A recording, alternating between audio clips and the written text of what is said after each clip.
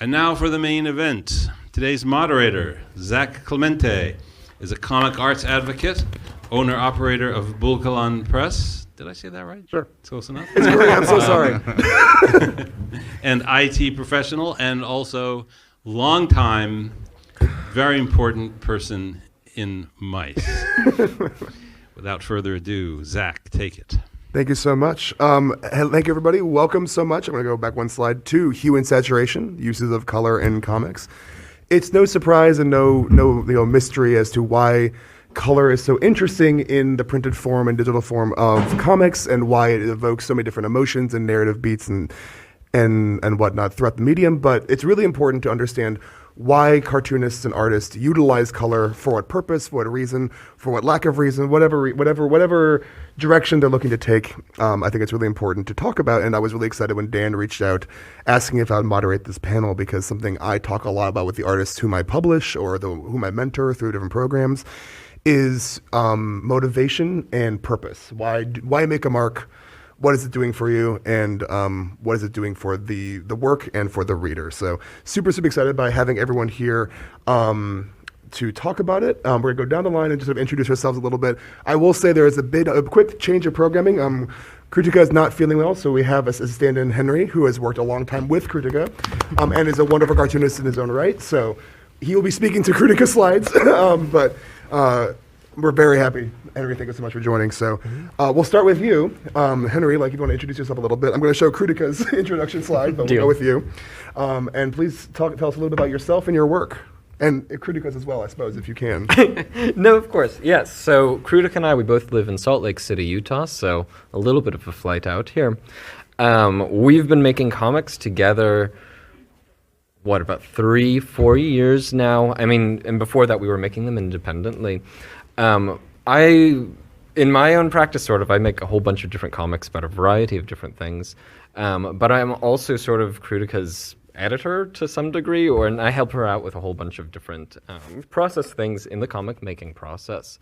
Krutikka is a cartoonist, illustrator, designer, a whole bunch of other from Andhra Pradesh, India. She moved here in 2020, a good year to move to the United States. Actually, it was 2021, or it was around New Year's, for her master's at Washington University in St. Louis. Since then, she's worked with sort of a variety of different clients from around the world, predominantly within women's health and reproductive rights organizations, but also makes a spectacular spattering of fiction comics as well. Lovely. Thank you. All right. Moving on to you, Natasha. Okay, hi. I'm Natasha Petrovic. I am from Baltimore, Maryland. I have a BFA in illustration from the Maryland Institute College of Art. I do a lot of t-shirt designs, but we're here to talk about comics, so I do sci-fi, fantasy, horror kind of comics, but I put a lot of color into them, which you will see here. Lovely, thank you. All right, Matt, over to you. I'm Matt Emmons. I'm an independent cartoonist, currently living in Philly, but I'm from this area. I went to college actually at Lesley, where mice used to be held. I do like the space better though. And and I guess that's it. Yeah. All right, and we're over to you, Ethan. I'm Ethan Aldridge. I'm a cartoonist and writer living in Brooklyn, New York. And I do graphic novels mostly. I've done work for HarperCollins, Abrams Books, Marvel Comics, and independently publish anything that's too weird for those people. Well, thank you so much. I'm so excited that all of you are here.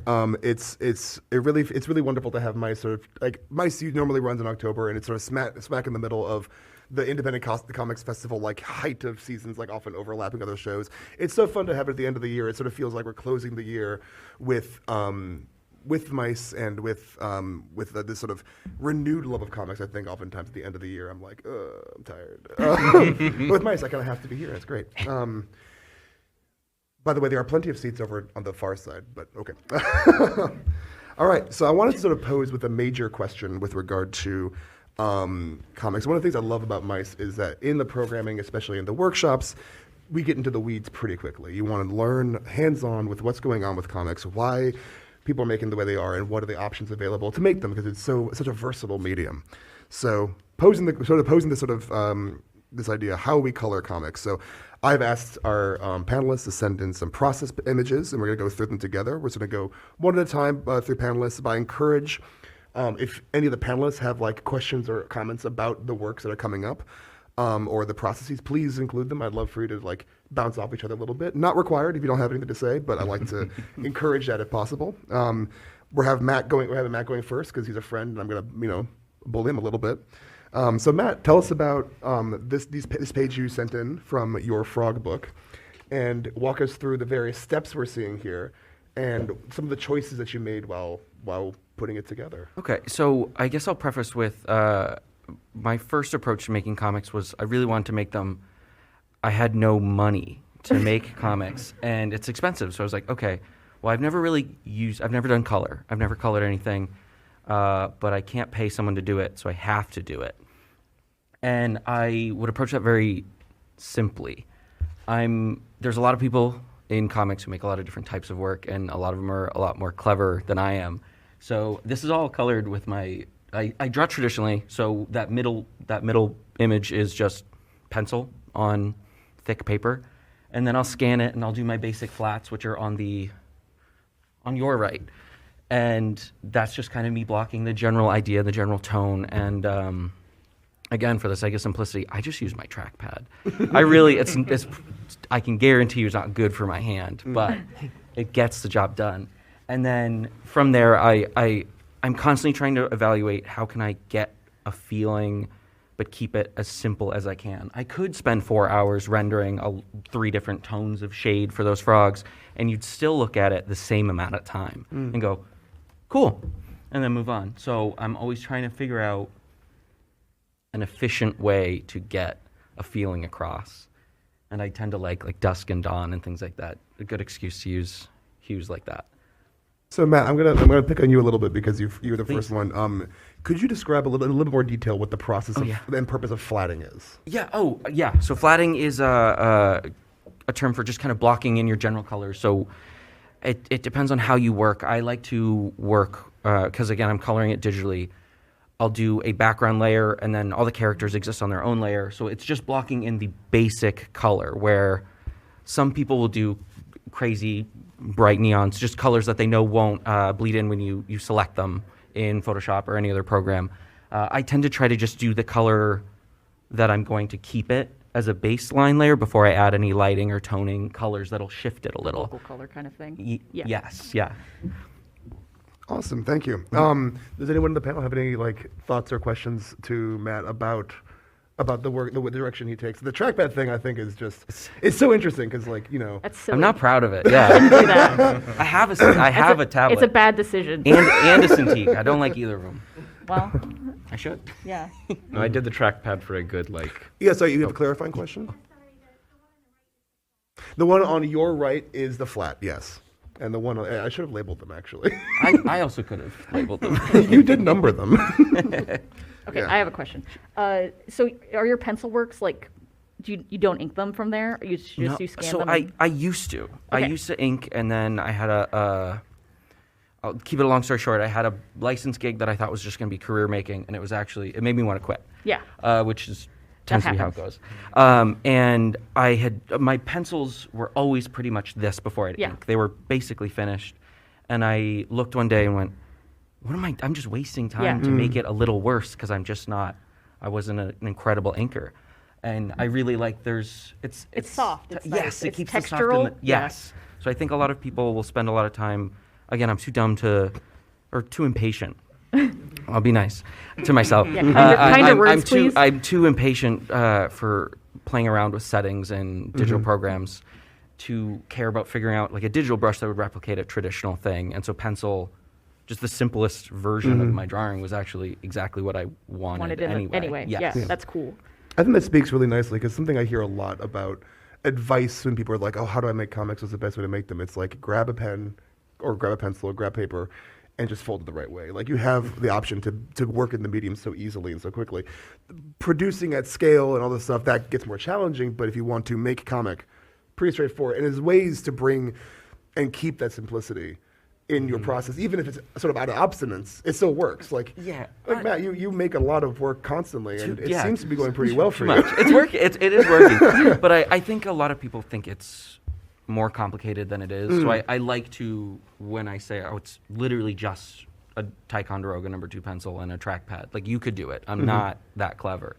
Like, it's doable. Yeah. I'm so glad we started with you. That's great. Perfect. All right. Well, we have a couple more from you as well. But actually, I think if it's okay with everyone else, I'd love to like jump to everyone's first slides. Sure. And then we can sort of go back a little bit. So I'm going to dive over to Natasha's first slide over here. And you did a color map, which is so awesome. Yeah. And so useful. Look at that. So we're just making Matt look really bad over here. No, we're not doing that. Of course not. Okay. So this is from my the webcomic my wife and I did together. It's called Ophiuchus, and it's a pretty like straightforward like kind of hero's journey, like literally like a point A to point B. Like the heroes have to go like to the bad guy. So I used color in this to like help represent that journey, like narratively. It's about like a sentient virus is like trying to take over the universe basically, and they have to stop that because that's no good. So the virus has like colors associated with it. It's very like white and bright and like red. So I wanted to show in the environment like that physically like becoming more like the virus's colors like as they get closer to it, and then like culminating in like the finale is like all like those colors. So you can see this is like my the representation like map thing I do like of their literal journey like through the land to get to the like bad guy basically. So you can see like how I tried to gradate it, like the blues like into more purple and then like more white and red eventually. And then the page here is just like a really good example. Like you see literally like the color map that I did there as part of my planning to like their journey. I have a question. Yeah. Your work is very like color focused from what I know of it. Do you plan out those color maps before you started on a project, or you just kind of follow the instinct? The color map that I did here I did it at the start of the comic. It's like part of the pre-production? Yes. The way I work with comics and stuff, the color is structural because I don't use line and stuff, so I have to kind of know what the contrast is and like what the characters are like going to be doing, so I have to figure that out first. Sure. Or you could lose clarity pretty quickly in a comic. So I trend when I pick my colors, I'm like sticking to them. Like I come up with a color palette and then I'm like pretty like it's a lot of like upfront work to do that. But once I like kind of do that, that's sort of the hardest part is making those color decisions for me. But then I'm like, good. Sure. Like I have my pencils or like whatever, and then I just like bang them out because I have everything planned already. You'll see that with my other. That's always the good bit in comics when you can kind of like just turn your brain off and like listen to a podcast. Yeah, now we're going to execute. Yeah, exactly. Do you keep the like the swatch you basically made? Do you basically keep it up and like constantly refer to it and stuff? Yeah. And, like grab it as like it's like a selection? These are the colors, and I'm not going to deviate as much as possible because I like the look of the consistency of it, and I just want it to be like like all the pages are like the same basically. Yeah, so I'm curious, like almost all digital artists who I know, people who like work primarily digital, have traditional training on some level, and it's sort of learned in that way, and then sort of transitioned into digital and sort of stayed there because of workflows, efficiency, the ultimate outcome of the art. What was sort of your journey into this sort of structure of work? Like how I got here? Yeah, was there some traditional work in the background, or was it you start off digital? Like I went to art college and stuff, so I've like done physical, like I've inked comics before, and I was going to get into that later, but I'll do it now also. Yeah, like I've been doing comics since I was like 12. Like I got like a Wacom bamboo and stuff, and I've just been like doing that like forever. So I've always been very digitally focused for comics, but I used to do like pencils traditionally, inks traditionally, scan those, and then do like digital coloring and stuff for those. I don't do that anymore because it takes too long. It does take a long time. But that's like people, myself included, like grow up seeing like big two comics like your Batmans and Spider-Mans, and they're all like based around that, like, but it's for a team. Like it has that workflow, but it's so that you can pass off the pencils or the inks to somebody. But like when you're a child, you don't know that, and you're like, I have to do it. Yeah. So like I started off doing like that very much, and it just drove me nuts. Yeah. And it took too long, so I stopped doing it. With this comic, is like where I developed my art style like completely. Like I was like, if I'm going to do a comic, I am not going to do it like in this way that's going to take a lot of time. So like with like the more like color based, like not like painterly, but like you can get away with like I don't have to render everything like super clearly. I can imply more with just the colors and stuff. So it saves a lot of time. Both of you and Matt have used the term render, and I have a good idea of what that means. But for the sake of clarity, could you give a little bit more detail of what you're describing when you talk about like rendering color, rendering it? Like, what does that refinement little piece mean for you? Great question. Yeah, sorry. I'm so glad you got asked. Matt, you can talk too, man. I don't know. Like to a degree of finishedness, I Sure. guess is like how I would describe it. Like if I were to like ink like a hand, like you would have to go in and like do like all the individual fingers and like make sure that they look right and stuff. But if I'm just like kind of basically painting it on, I don't have to be as precious with like making sure it like looks proportional or like correct like in every panel like that I would be if I was inking. So it's like I can get away with like implying more. It doesn't have to be super tight. You can lean a little more gestural. A little Yeah, bit. absolutely. Yeah. The question I always ask people who tend to work almost exclusively digitally: how do you feel about undo? Is it like something you use a lot of? You feel careful about? The joke here: a lot of the digital artists I know or I've talked to find themselves at times have to unlearn leaning on the undo button too much and letting things lie. But it depends on your workflow. I do use it. Sure, of course. I'm picky about shapes though, so if I'm like I don't like a shape, I'll draw it again. But like that comes across in like my sketchbook work also. It's like you'll see me drawing like the same thing like over and over again, like next to each other, so I can get the shapes right. So like that's just how that kind That's of translates. practice at that point. That's good. Very cool. All right, Henry. I know it's gonna be Krutikka's work. But we're gonna jump over to her and take a look at some of the stuff she sent in. Yeah, definitely. So this is definitely one where we can talk about it and sort of almost like figure it out a little bit together, which is gonna be fun. Deal. All right, here we go. So tell us a little bit about Krutikka's process as best you can, and then we'll dive in a little bit more. Yeah, I mean, I was here for basically every step along the way. So I think maybe for most cartoonists or most people working, you start with pencils or you start with some sort of sketch and you scribble that out, and then from there you build on all these other pieces to it. Krutikka's process is kind of bewildering to watch, where it starts with like the most saturated form of blue, and that's cut into a circle, and that's pasted on the most saturated pink. So the first thing that you see at the top up there, those are her thumbnails. That color is like the first thing that goes down. That color is not just sort of this finishing thing, but it's a way of figuring out what these objects are, what the feeling of these objects are, and how they're working. So That's so interesting. yeah, no, it's like kind of maddening to watch. Like, So what's the relationship between the upper image where it's at the first thing to go down and then the inks below? Is that like is the ink second after the color block? yeah, exactly. Oh, Right, that's so the interesting. top one is the thumbnail. The bottom one is like the tight pencils or the tight inks. And then actually for this specific project, I think also when we're making comics, there's this feeling of, oh, if it's full color, it's going to be the better thing. And for this one in particular, she went through like 4 or 5 different full color renditions, not for the entire book, but for like good chunks of it.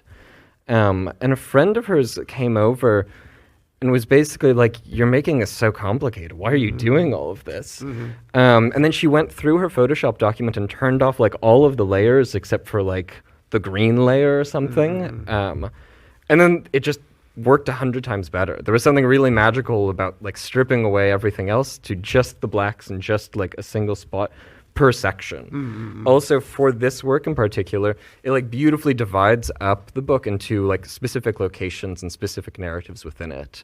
That it starts with, I think, blue, then it goes to purple, then it goes to green, and then by the end of the book, the colors sort of melt into one another, and it sort of ties together the story. I think this is something that's really wonderful to me when it comes to uses of color, because you can go full CMYK, like as many channels as possible, like try to get like a full color spectrum. But limited color can do a really beautiful thing where you take an inked drawing, which is textural to some degree, and add a color gesture on top of it, which creates a unique secondary texture, which can impart a lot of importance and emotion to a page or a story. It's something that I'm always like really impressed with and always really in admiration of. So this is a really wonderful page. I'm glad Krutikka picked it. Yeah, and there's a great like design system with it where, okay, the color then means a thing in the story. It comes to mean that thing, and then that specific color can change or change what it means. And it has sort of this different layer to it as well. Yeah. I think that's what's so wonderful about color in comics is because it's such a specific choice that depending on the work, depending on the page, depending on the section, depending on the artist, whatnot, it could mean something very narrative, very specific, or it's meant to really just evoke a bunch of things, or it just looked good at the time and you stuck with it, and that's also really cool. But I find that even in those cases, it actually, I don't know, we're responding to something, and then when we're looking at it retroactively, it's like, oh yeah, all of the stars are yellow. Yeah. And then the grandma's yellow, and she becomes a star. Yeah. Absolutely. Yeah, I think with these pages too, it does a lot to add some clarity, like to like what's going on too. Like if the colors that were in the thumbnail are like representative of the original like plan, like for the comic, yeah, I like how everything like pops more. Yeah, it looks really good. Yeah, no, it's a great way to just, organize information really succinctly. Yeah, like this is something that like Matt touched on very briefly, where it's the idea of what is the most efficient way to get across a certain idea and feeling, especially considering the fact that for an average reader, they're spending a very short amount of time on a page. Like artists and some readers will go back and really admire a page and really, like dive deep into it, but they're not doing that typically when reading it. In the moment that they are the reader and the audience for the book, it's usually a pretty quick clip. So like the efficiency is really the critical thing, especially, but it depends on what the artist wants to do. So it's always really interesting hearing how artists take that idea and apply coloring to this sort of sense of efficiency. Quick note: there are open chairs over on the far side. If you'd like to sit in a chair, you're welcome to. There are some to the left over here. Oh, my left, your right. Okay, Ethan, I'm going to go over to you. Question in the back. Oh, Are we doing?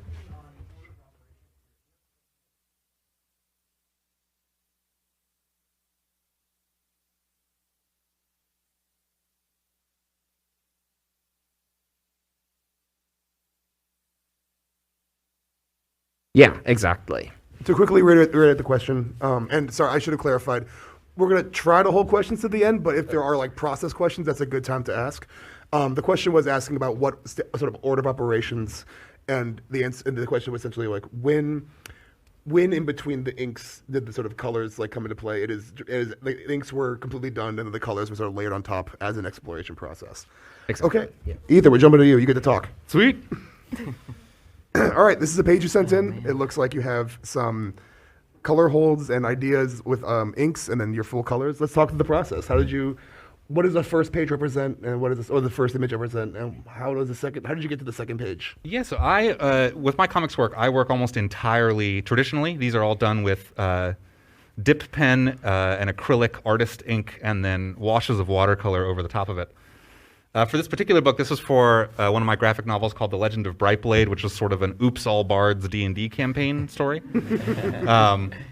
And I had a very specific idea that every bard's magic would have its own specific color and shape language. And this is sort of a bit near the climax where the trio of bards who are the heroes sort of successfully play together for the first time and are able to sort of beat back the evil bards. It's sort of a battle of the bands story. So for this one, I wanted to make sure that everything blended together very naturally, and so I typically work with a sepia ink when I'm just doing regular illustrations or comics. And for the magic for this book, I bought a bottle of ink for every coded color for the magic so that the paint would blend with it naturally. I use a technique for working that I learned from turn-of-the-century fairy tale picture book illustrators like Arthur Rackham and John Bauer, who would use inks that were suited to the colors so that the ink lines would intentionally fade a little bit so that it looks kind of organic and softer. So that's why I use sepia instead of black, so that just the natural tones of color over it will kind of make the lines recede a little. But hopefully still be enough that you can clearly see what's going on. You mentioned that you went out and bought specific inks. Was this like specific colored inks for each bard? What was that discovery process? Like, were you just like in the aisle of a store like for 5 hours, just like just assessing? Yeah. I feel like one of my favorite procrastination techniques as like I must get the exact right tool, and I have to spend 5 hours on hobbyist websites finding. We greatly appreciate your honesty in this matter. Yeah, it is a waste of time, but it is also a tax write-off. But yeah, I use what's called, if people are interested in brand tools, I use what's called an FW acrylic artist ink. I use it with a dip pen. You can't use it with like a fountain pen like these, which is what I sketch with, because it would clog. But like old-fashioned dip pens, it's a screw top. There it is. The nibs are the same. It's that old school pointed nib. And they come in little inkwells. And what's nice about them is they dry within like 10 minutes. And so I can lay down the line work, and by the time I have the paints prepped, the lines are ready to go. That's really. I'm so glad you're on this panel, because we really wanted to have somebody who was almost completely traditional. Yeah, we have a whole spectrum. We here. really have a Yeah. spectrum. It's really wonderful. It's so Good job. exciting. Good job. Dan really helped good curate job, this good list. job. Well-curated panel. I picked the final four. So something I really wanted to ask you, this is something I always ask, especially all traditional artists, is at what point is there a computer? Because there has to be one at some point when you're Yes. sending files around. Yes, just because of the age we live in. Yeah. It used to be back in the day, this is before my time, you would do traditional illustrations and then go to a publisher, and they would have like a drum scan. You'd have to physically bring your portfolio, and they would drum scan the thing or photograph them.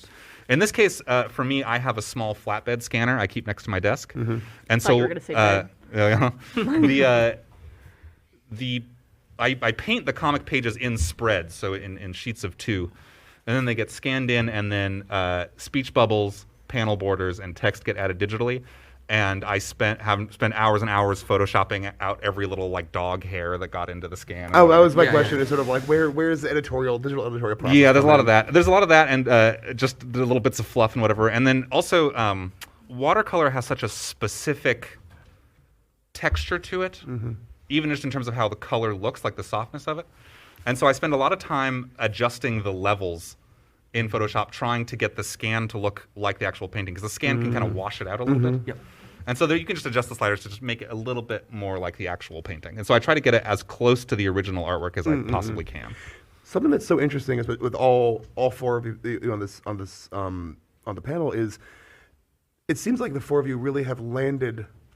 I'm speaking for Krutikka in this situation, but you as well probably have landed on a workflow for the majority of your work that sort of just functions. This is a question I think about in other aspects of my life, but I'm going to bring it up here. Is, have you ever had to deal with like a part of your workflow changing and that was not your fault, like paper not being available, or an ink not being available, or like a subscription falling through, or like a software changing in a way you didn't expect, or like Adobe and Pantone getting into a hissy fit? Sure. Yeah. I'll sometimes have to. In the last couple of years, I actually sometimes get backed into doing a little bit more digital work on the upfront end, just because when I work with new publishers, some of them have workflows set up a certain way, and because the vast majority of working illustrators work digitally, that's how the structure is set up. And so if a publisher wants to see 5 or 6 sketches and also finished inks before going to final, if that's their structure, I will need to do that digitally. Otherwise, I will have to physically redraw the same image 5 to 6 times. And so sometimes if they're really that locked into it, usually like with my typical graphic novel publisher, they know me well enough now To not ask for that. Yeah, where I'll sort of turn in a script and then like concept art for the characters and key settings, and then they'll just go, looks great, or maybe change this outfit or whatever, and then they just know they're just not going to see anything from me for a calendar year as I disappear into my cave. And then to your point, sometimes like the good watercolor paper is gone, and you just kind of have to make do. Sure. A little bit more leveling work in the end. Yeah, make it look exactly. The same.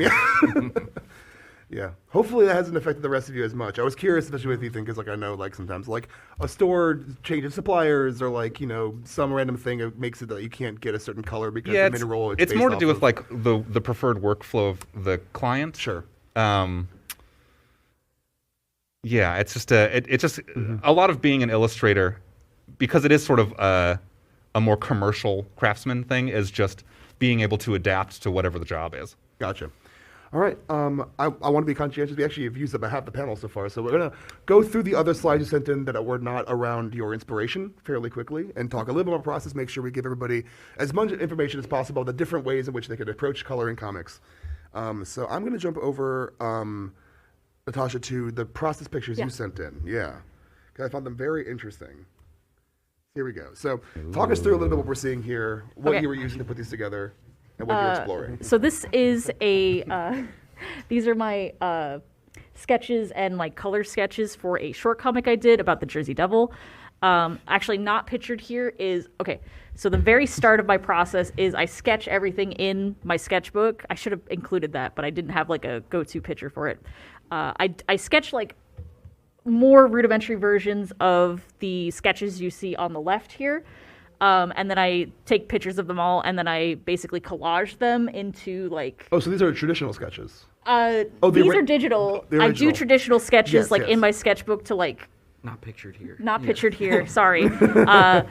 I bring them into Photoshop and I collage them into like basically like roughly the same like panel format that you see on the left, and then I do a digital sketch on top of that. Gotcha. So like those are basically my finished pencils, and that's the most like line kind of drawing I do for like the whole process. And then so like then I do, those are my like more rendered sketches. That's basically my blueprint like for the rest of the comic. And from there, I develop the color palette for like how I want it to look. So I have to have this for like a short, especially like for a short comic like this, just so I have a plan, like so that I can move forward and do like exactly what I need to do. So you can see for the sketch goes into the color sketch in the middle there, and then that's what the final page like looks like. So my thought process for like this project in particular was it's about the Jersey Devil, which is like a North American cryptid. If you're not familiar, it's like basically folklore. The idea being like it's a child that's been cursed by their mother, and they don't belong in this world. So I wanted that to be reflected in the color palette, so it's like they very much stand out from everything. So forgot where I was going with that. That was the concept for it, like that for the color choices that I made, basically. And then I got into it a little bit earlier. How I want I did the same thing with Ophiuchus. Like the character is basically a silhouette, like with the white skull and stuff on it. And I did that intentionally so that the character would always stand out from the backgrounds. So like that's another like functional aspect of the color choices that I make. So it's like I'm always like trying to think like economically with like I'm going to make the character this color because it will stand out from the backgrounds that I want to use. Samurai Jack is like another good like example of like I feel like they do that a lot, because he's always in like pure white. So I kind of did like an inverted version of that for my main character. Yeah, that's a really good call out. I loved how you said Samurai Jack, and the whole room went, Yeah, that's a good one. We all recognize quality. Yeah. Cool. All right, Matt, I will say I'm going to save you for last because I want to talk about color separation and Rizzo at the end of that conversation. So I'm in no rush. I can go next. No. Okay, let's go over to a little bit more of what Krutikka sent in. So Henry, tell us a little about these pages, and tell us a little bit about these pages. Yeah, I mean, I think a little bit jumped the gun earlier. So this is from that comic from before, Village Called McCoy. And each one of those are a different section of the comic, right? So, I mean, first section, second, and third. But then throughout it, we have this like motif of yellow that comes throughout, and which is sort of this connecting sign of like this ecological disaster that's happening in the town. So this yellow, I mean, it changes its meanings throughout, but it really is sort of what's changing about the world, what is sort of being perverted or destroyed in it, and it happens in just these little moments throughout. Yeah, it's a really nice way of using color. You see this in like so many different mediums in general, but something I love about seeing it in comics is that you can very easily return to it and recognize it again and sort of go back and be like, oh, they were telling me something the whole time, and discussing it and like sort of preparing me as a reader for this idea. So having visual motifs like that is really, really neat. Yeah. Awesome. All right, Ethan, you sent in a cover. It did. Yes, this is a wraparound cover, it looks like. Yes, this is the cover for my most recent graphic novel, The Pale Queen. This is representative of how I do the comics as well. So you see the kind of tighter pencil sketch, which came from an indecipherable thumbnail sketch. Not pictured here. I wish you'd included the thumbnail. I should have. Rendering period is so important. Yeah, I should have. It's called a thumbnail for a reason. Like, it's about that size. I only once has my publisher been like, yes, I would actually like to see the thumbnails of the whole book, and I sent it in, and they were like, yeah, I don't understand this. You get what you wish for. And so it gets put into tighter pencils. With the pencils, I try to keep loose on most of it. The tightness usually just comes in on important things that the reader would notice if I messed up, like faces or hands or things like that. Then you can see I've just traced over the lines and added a lot of detail with ink. You can see the kind of brown sepia tone of it because I wanted the woods especially to feel very naturalistic. And then it's just putting down washes of watercolor, just translucent layer after layer until it's what I want. You can see that I've got line work for the trees in the foreground, but I let the background trees just be color washes to sort of push them even further back. And so that's like using color not only as decoration and as rendering, but as a way to create its own depth, which watercolor I find is very easy to do with. Something I really like is you can sort of see the like a little bit of that in the pencil. You can see little vague like trees further back. Yeah, where I've kind of squiggled where they're going to go. And you purposely didn't ink them. Yeah, I think that's really cool. Yeah, it's and part of that is, once I've inked over the lines of the pencil, I take a soft kneaded eraser and just erase the pencil sketch out from under it. And so once I'm at the painting stage, I'm kind of just having to remember where I put the squiggles. A lot of why I like working traditionally is it forces me to be okay with how things lay down on the page. If I have a colossal mistake, if colors bleed into each other where they can't, I'll make a minor adjustment if I need to, or just redo the painting. But a lot of it, it's just like, I do a lot of natural environments like forests and things, so I work with a lot of fairy tale imagery. And so I like that to look as natural as possible, and that means just sort of letting the color bleed and flow how it naturally wants to. Yeah, there's a sort of a really nice sort of, I guess, metaphor that a friend of mine mentioned when I was talking to her about how she goes from from pencils to ink, and she called it excavation. She called it sort of rediscovering lines she had left previously, and it's almost like a different artist is now working on them. Yeah, and it's sort of let that separation exist. There's something kind of weirdly sculptural about it, where you're sort of chipping away all the lines that don't work and don't make sense, and then finding the good line. Yeah, absolutely. I do spend a lot of time. This isn't necessarily color focused, but when I'm in my sketchbook, I almost exclusively draw with pen, just to minimize how many like little search lines I'm doing. If I can get as confident with my line work as I can with my color, then that just makes the whole process go so much faster. Absolutely. All right. Well, thank you so much for sharing that with us. So, Matt, I sent you for last because you sent in color separation for risograph. I'm going to send it to you in a little bit to talk about some of the differences in like when coloring, thinking about the production side, when the book is going to be printed, because depending on that you want to, it forces your hand a little bit in some directions. So we're going to go back over to you. There we go. So, should I explain? Do we? How many people know what risograph printing is? Should we are we jumping the gun on that, or let's talk a little bit about let's leave it a little bit into the talk about the actual page itself.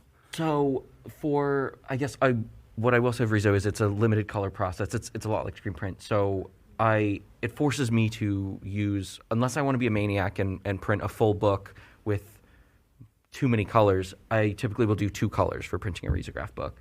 And so I have to force my hand of how do I make everything clear, because I think I overthink things a lot, especially when I don't come from a traditional color background. I draw traditionally, but I've never really worked with any color traditionally. So I get a little too in over my head, and this forces me to really parse it down. So it's just one blue and one kind of like maroon color. And it's just figuring out what percentages where can make these feel different enough, and to, again, really set that tone. Like, this whole book has this tone of it's either dusk or dawn, and it's this kind of just moody, weird tone. And I really have to figure out how I can do that with a color that already exists. I can't go, well, I want it to be a different blue. that's the blue. Yeah. I can't. So what change is sort of the physical difference when it comes to like risograph printing versus like printing out of like a digital printer, essentially? I don't work with a digital. Or I've then never describe worked with a Rizzo. digital printer. Yeah. I was trying to set you up a little I'm bit. sorry. Okay. So, risograph printing is a lot like if a Xerox machine and a screen print press had a baby. So it's like, if you know how screen printing works, you pull ink through a screen, and then it's one screen per color, and you just rotate it, cure it, everything. A risograph works like that, except instead of the screen being something you pull ink through, it wraps that around a drum, and the printer looks just like your standard office copier. But that drum actually rotates with the image burned onto a sheet of rice paper while paper shoots through it.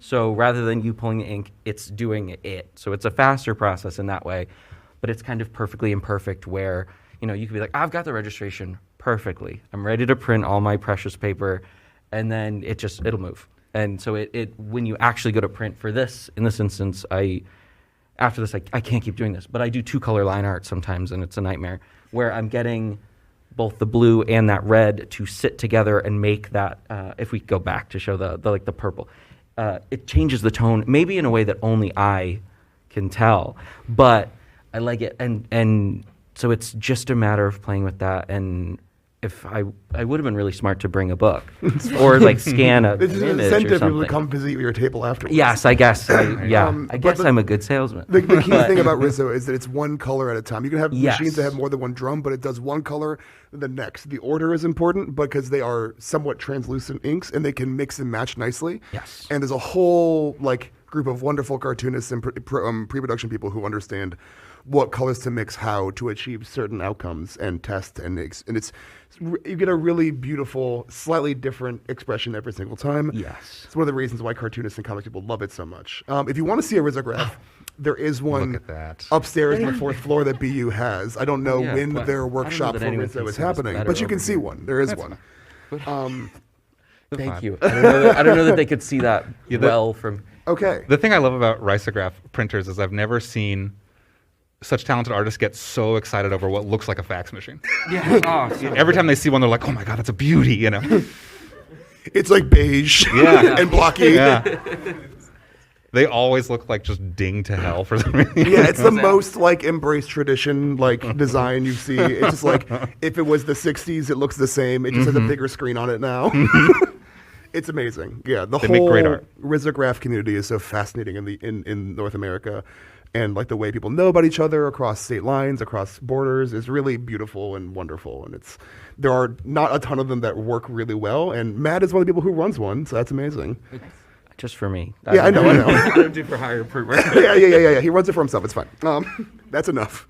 Okay, we've talked a lot about the work that was picked to put up here, and thank you so much for sharing. You also sent in comics that you're inspired by, or illustrations you're inspired by when it comes to the color. I think that's going to be a really interesting conversation. We've got about 15 minutes, so hopefully we can go a little quick. Maybe save some questions. If not, you can find them at their tables and bug them and buy comics for them. Please buy the comics. We're going to jump actually over to Natasha because I'm so glad you picked Gigi. Gigi, I love yeah. Gigi DG. So we're going to jump over to Gigi DG. Okay. So this is a couple pages from Cucumber Quest by Gigi Gigi. They are a really cool artist. One thing I like about Gigi's work is that they do everything gradates beautifully, from one panel to the next, but it's not a realistic sense of lighting and color. The color is very reactive to how the characters are expressing themselves. Here it's she gets kind of cowed by the big bad guy, so it gets really cool and dark all of a sudden, and then when she's being a little sassy, it brightens up behind her, and you see this a lot throughout Cucumber Quest, and it it really adds to the pacing, because you're very emotionally invested in the colors. I feel it just adds an extra punch to it. Like a mood ring. Absolutely. Yeah. I think something that was really appealing about Cucumber Quest when I was reading it, it was originally a webcomic and then it got printed by First Second later on, is it feels like a stage. It's lit, it's almost lit a dramatic stage theatrical. play. It's theatrical. It's wonderful. Yeah, fully not realistic at all. Oh, no. But yeah, very emotionally resonant. Yeah. Yeah. Yeah, I do think that's an interesting point that none of us are very concerned about color as realism. No, yeah. You know? That's the point. Yeah. We're doing comics. Yeah. Yeah. Yeah, and there's very few reasons to get color realistic, and it's pretty much only when your client forces you to do so. Yeah. Yeah. And even then you should argue. Oh, yeah. Like there's a really excellent comic from 2016, that or maybe 2014, maybe 2016, the Nib published by Ron Wimberly about colorizing when it comes to characters of color in Marvel and DC. Ron Wimberly, black cartoonist, really amazing comic. I highly recommend looking it up. You can also ask me at the booth, and I'll tell you about it. It's great. But maybe I should have referenced it earlier. It's really interesting. Okay, cool. Henry, we're gonna jump over to some of Krutikka's. She sent a few in, so we're gonna go to Jillian Tamaki. Okay. Because why not? There we go. So yeah, I mean, I don't know. Like, I want you to lead off, even though you didn't pick it. But we should all talk a little bit about Jillian Tamaki and how great she is. Yeah, I mean, I think like I was a little bit hoping I'd get the Christoph Blaine here. Okay, But no, we can talk about Jillian Tamaki. Sorry. Just because, like, I think this is such a great example of, I think especially within Krutikka's process, where color is not just the thing that garnishes.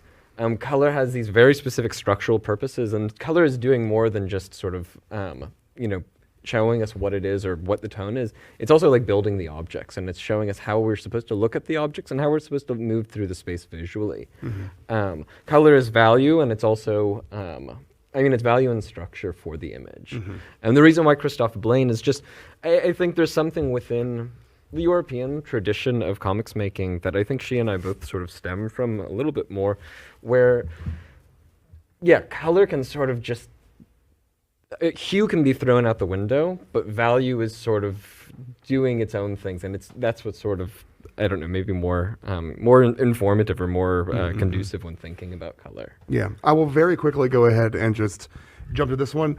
So I'm really grateful that Krutikka picked it. I published this book. This is Stray by Molly Mendoza, published by me.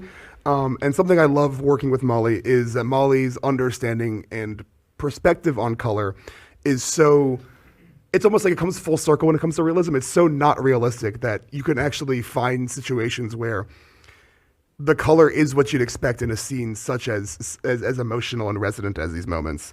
Like, I love the use of like teal and purple on the character's leg in the sort of the first page. And something about Molly, which is so important to me and so striking about their work, is while this was entirely a digital book, they're also a formal painter and muralist, and the ways in which that sensibility of color usage in larger scale spaces, like almost every one of Molly's panels I could imagine blown up very well, and I feel like that is sort of how they think about it to some degree also, even if it's like a small thumbnail, like in this sort of 9x9 grid, the top 2/3 of a page. It's remarkable. So that's my shill. I published a book. Okay, let's move on. Okay. There's one thing I noticed about all three of those images that I really like, which is, I hope this is still color, but the use of white space in all of those. I think, yes, the color is doing all this incredible work, but it can do it because they're not afraid of keeping white space in it, which is something I keep looking at more and more in comics. Yeah. Why is this so noticeable? I'm like, because there's so much white that works. But yeah, that's all. Mm-hmm. Yeah, the white space is what gives you room to be deft, room to be gestural. Not exclusively, but that's a one-liner I enjoy. Yeah, in these instances, yes. Okay, we're going to jump over to you, Matt, since you were chatting. And tell us about the art you sent in. I'm a big fan of Artem Trakhanov. He doesn't always color his own work, but when he does, it's just so specific. It's so he works traditionally, and so the traditional work is typically limited. It'll be inks and then color wash, or like just a grayscale wash, and then a pop of either red or yellow or something like that. And then when he brings it in and colors it digitally, it becomes a totally different piece. And so I just really like. It's not that there's line art and color in any of his work. It's all one thing and makes one piece. And every single time I see any of his work, I notice something new every time, and I can't figure out how he does it. And so it's just forever interesting to me because I just keep spending so much time. I'll get lost in that. This is an instance of when I read his work, I don't just keep going. I get stuck on it. I'm like, how are you doing that? Something looking when you set these pages in, and something I noticed when I look at his work, and Ethan, you mentioned this. It does feel sculptural, almost like as if it were like either carved or made out of clay. Yes. Like it feels like there is three-dimensional texture built around the colors and saturation that makes it feel like each piece was always this color. Yes. Yeah. And it feels like such a mix of illustration and design, and again in every aspect of it, not just the line art, but it's the color is so specific, and there's color holds that just flow so smoothly into it. Yeah, it's a real treat to look at. Nice. All right, Ethan. We're gonna go to yours. So you sent in illustrations, and they are magnificent and beautiful. I'm so glad you sent them in. So let's jump over. Do you want to start with one first, or which one? Sure. I'm almost certainly going to mispronounce this name. It's Amélie Fléché. She's a French cartoonist and illustrator. She does graphic novels. This is just a standalone illustration I particularly enjoyed. I have loved their work for years. They do work with watercolor and gouache, which is just a more opaque watercolor. I cannot figure out how everything is so saturated and yet readable. Because anytime I try to do that, it just becomes sort of a muddy rainbow mess. And this is quite an aggressive illustration, I think, color-wise, but it's the kind that you're supposed to kind of stop and look at. And in her comics work, she has panels where you can just kind of scan quickly through it. The colors are separated in such a way where it's easy to look. But for big emotional impact moments, she'll do this where you sort of have to just sit and stare at it and interpret the image for a little while. I just love the texture of the work. I love the feeling of it. It's good stuff. Yeah, I do think it's really nice because it's like both in its like completeness, but also in its sort of narrative structure. It is an inviting image. It wants you to sit with it and keep looking at it and try to understand how it would sound, how it would feel, how it would like what the smell of this room would be like. Like it just evokes she has a good skill for that. I try to go for in my own work that I think is very successful in hers of making you feel nostalgic for things that never happened to you, you know? But it just feels like a good memory. Like a very, very potent, grounded sense of place and time. Exactly. Yeah. And you said the one other as well by Matt Forsyth. Yes, Matt Forsyth is a picture book illustrator. He does a lot of comic-like picture books. I don't know that our techniques overlap at all. I just sort of find his use of color aspirational. Anytime I feel sort of stuck or uninspired about my use of color, I will just crack open a Matt Forsyth book, and it almost always does the trick. I can't speak to his process at all. I just because I don't understand it, just looks great. Not figure out how to get there. It's got like a lot of patterning. Like it goes from the color to the black to the color again. Like so, I think it helps like build like a silhouette and stuff. So it makes like those moments of color like pop more because of the. It's another one of those ones that's even for how flat and two-dimensional it is. It also comes across as kind of structural and sculptural. It's like in that genre of art that my first impulse is I want to put it in my mouth. Yeah, eat it. You know. Like it just looks like it would be good to do that too. Yeah. It would be smoky and delicious. Yeah. Looks like a good s'more. Yeah, really good pastry, something. I will say I like how you mentioned the dimensionality because for me it feels almost like a diorama. Like it's intended to create that depth through like the pops of black and color throughout, and it's yeah. I'm glad you picked this one. It's very beautiful. I love this piece. Yeah. I'd love to spend the next 6 minutes or so with questions from the audience. Before we do so, is there anything specific that the four of you would like to briefly mention about use of color, about your process, about something they should check out at your booth if you want to, sort of promote something quickly? Otherwise, you can go straight to the questions. I think I'm good. All right. Check out Krutikka's new book, Alexandra's Curse. Yeah. Sure. So for the Q&A, we have table numbers up here. If you'd like to come check us out afterwards, please do. Otherwise, we will do questions. Please raise your hand and I'll ask. Go ahead.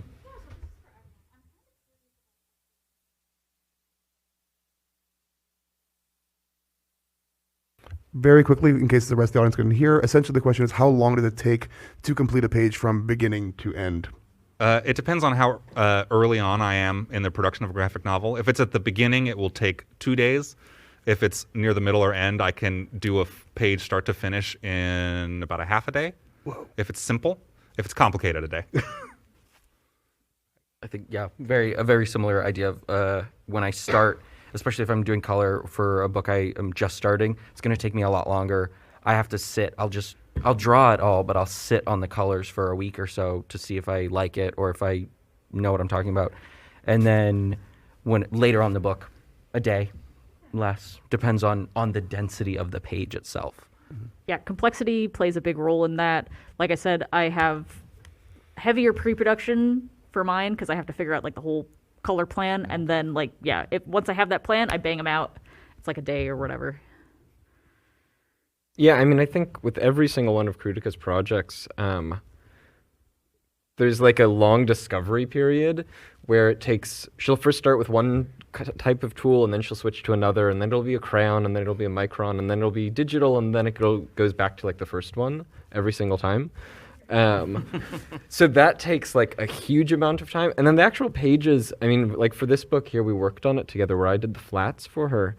So we were able to get through sort of a ton of pages in like one day, a good deal of it, yeah. And also just working smaller and making it bigger helps a lot. Yeah. Any other questions? Okay, we have one further back. They believe in the green jacket.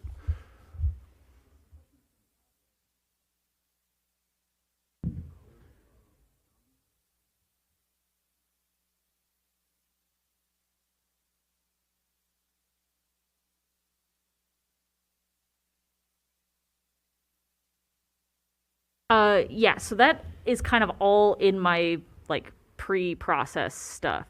Like the Jersey Devil comic that I showed earlier, I had a completely different, like I would say more naturalistic like color palette that I threw out because I didn't like it.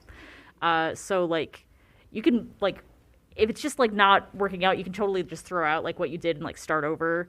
Yeah, but like once I'm like locked in, I can make like adjustments, or if I find that I like through the process of working it like need an additional color, I usually go about it by like color picking from the page what I already have to sort of keep it unified within like that world of the page. So that's kind of how that works for me. All right, up here. I had a question for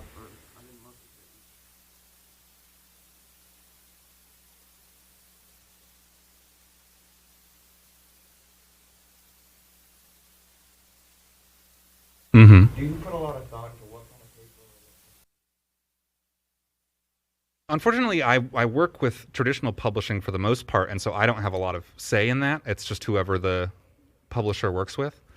There have been times, very rarely, where I get the final printed product and it's not quite how I saw it. And it's tricky, too, because it's, I'm seeing the color on the painting and then on the screen, and then printed, it's a whole other thing. I've gotten to the point now where I am controlling enough about it that I've managed to get it into my contracts that I get sent print proofs where the publisher will select the printer and then they will just send me just a random scatter shot of pages on the paper we printed on. And then I can make adjustments as needed. But yeah, for the most part, I find it's a little bit like the painting itself of just, you kind of just got to be zen about how it looks in the end. You just have to learn. There's a brilliant cartoonist named Carrie Peach who does incredible work, and she gave me advice once when I was stressing about getting really exact about things of, yes, you want your work to be good, yes, you want it to be quality, but at the end of the day, you're just drawing cartoons, All right, we have time for exactly one more question. I see somebody's hand up in the back. Okay, so the other person? Yes.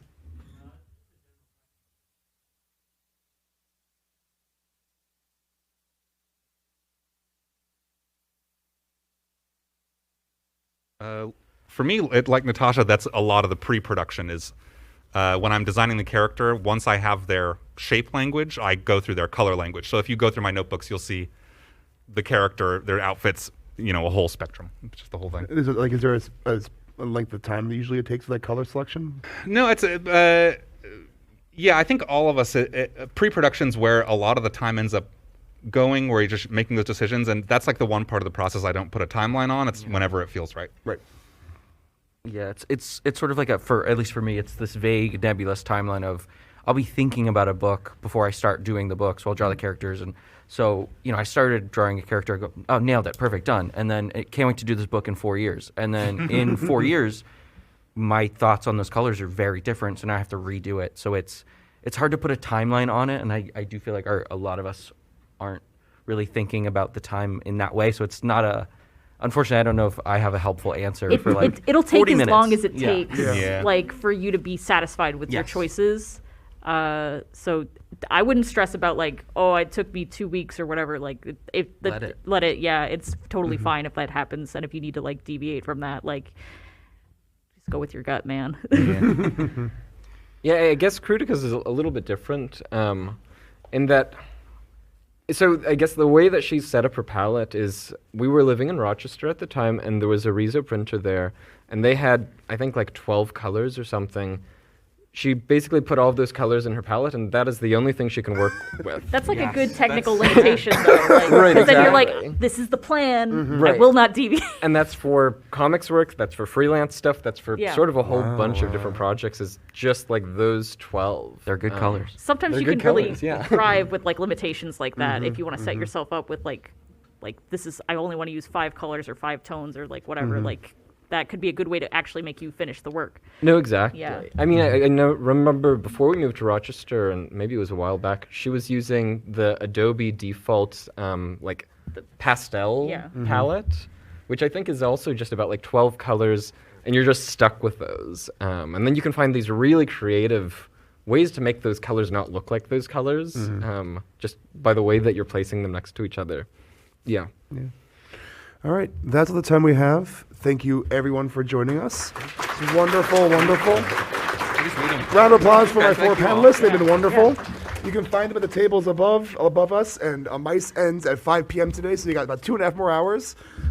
Thank you for joining Mice, near and dear to my heart. Have a wonderful rest of your weekend.